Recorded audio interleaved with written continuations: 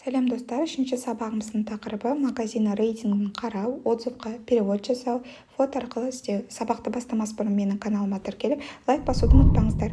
Индудо сайтына кіреміз. Кез келген товарды алайық. Мысалға бірінші тұрған двойканы төменге қарай қарасаңыз 933 рет сатылған деген белгісі бар. Ішіне кіреміз. Төменге қарай түссеңіз 175 адам живой отзыв қалдырған екен. Ішіне басып кіреміз. Осылай көре аласыз. Живой отзыв, живой фотолар. Кез келген товарды алмас бұрын осылай зерттеп алғаныңыз дұрыс.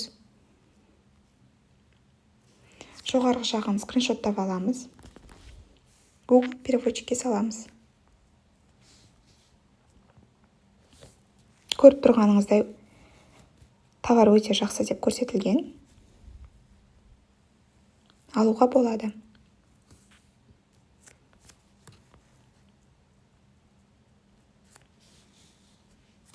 Төменге қарай түссеңіз, магазины рейтингі 4 жұлдызбен белгіленген, яғни магазин өте жақсы деген мағынаны білдіреді. Магазин ішіне кіріп, басқа да товарларын көре аласыз.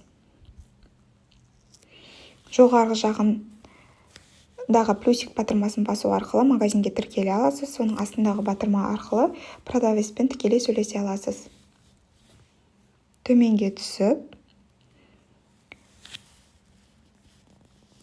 товардың суреті, жоғарғы жағында товардың құрамы, оны да скриншоттап, Google переводчикке салып, құрамын көре аласыз. Хлопок деп көрсетіліпті. Бұл өте жақсы деген мағынаны білдіреді.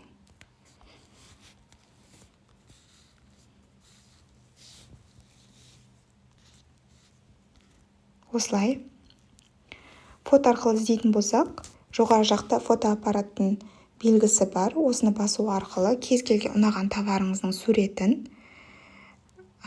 мысалға менің ұнатқан платогым. Диордың платогы, соған ұқсас товарларды шығарып береді. Кез келген товарды